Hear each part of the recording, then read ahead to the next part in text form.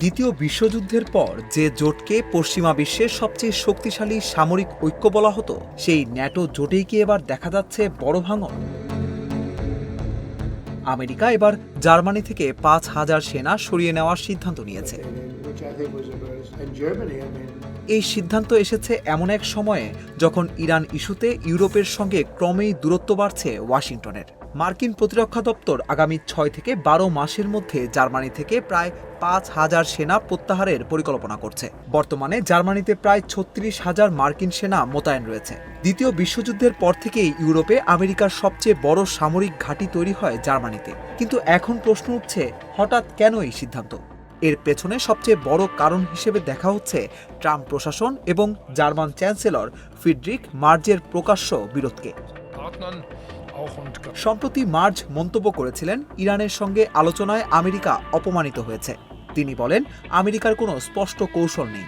আর এই মন্তব্যে ক্ষুব্ধ হন ডোনাল্ড ট্রাম্প। নিজের সামাজিক যোগাযোগ মাধ্যম ট্রুথ সোশ্যালে ট্রাম্প সরাসরি জার্মান নেতৃত্বকে উল্লেখ করে আক্রমণাত্মক মন্তব্য করেন। তিনি বলেন, জার্মানি ভয়াবহ কাজ করেছে। ট্রাম্প শুধু জার্মানির ওপর ক্ষিপ্ত, বিষয়টা এমন নয়। তিনি ইঙ্গিত দিয়েছেন, শুধু জার্মানি নয়, ইতালি এবং স্পেন থেকেও মার্কিন সেনা সরিয়ে নেওয়া হতে পারে। কারণ ট্রাম্পের অভিযোগ, হরমুজ প্রণালী খুলে দিতে আমেরিকার অভিযানে ইউরোপীয় মিত্ররা সহযোগিতা করেনি।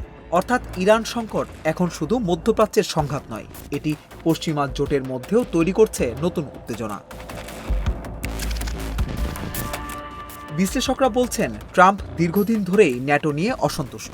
তার অভিযোগ, আমেরিকা ইউরোপকে নিরাপত্তা দিচ্ছে, কিন্তু ইউরোপ আমেরিকার স্বার্থে যথেষ্ট সহযোগিতা করছে না। বিশেষ করে ইরান যুদ্ধ এবং তেলের সংকটের পর এই বিরোধ আরও স্পষ্ট হয়ে উঠছে। তবে বিশেষজ্ঞদের মতে, ইউরোপ এখন সরাসরি যুদ্ধের ঝুঁকি নিতে চায় না। কারণ মধ্যপ্রাচ্যে নতুন সংঘাত মানেই তেলের দাম বৃদ্ধি, জ্বালানি সংকট এবং ইউরোপীয় অর্থনীতিতে নতুন চাপ। সমালোচকরা বলছেন, ন্যাটোর এই ফাটলে সবচেয়ে বেশি লাভবান হতে পারে রাশিয়া। কারণ ইউরোপে আমেরিকার সামরিক উপস্থিতি কমে গেলে ন্যাটোর প্রতিরোধ ক্ষমতাও দুর্বল হতে পারে। এদিকে রাশিয়া এবং চীন অনেক দিন ধরেই দাবি করে আসছে, পশ্চিমা জোটের ঐক্য আগের মতো নেই। এখন প্রশ্ন উঠছে, ইরান ইস্যু কি সত্যি ন্যাটোর ভেতরে বড় বিভক্তি তৈরি করছে? কারণ একদিকে আমেরিকা চাইছে কঠোর অবস্থান, অন্যদিকে ইউরোপ চাইছে কূটনৈতিক সমাধান। আর সেই দ্বন্দ্বই হয়তো এবার পৌঁছে গেছে সামরিক সিদ্ধান্ত পর্যন্ত।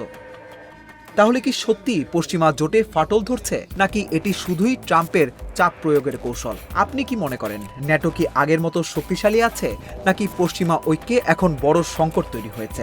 আপনার মতামত জানান আমাদের কমেন্ট সেকশনে।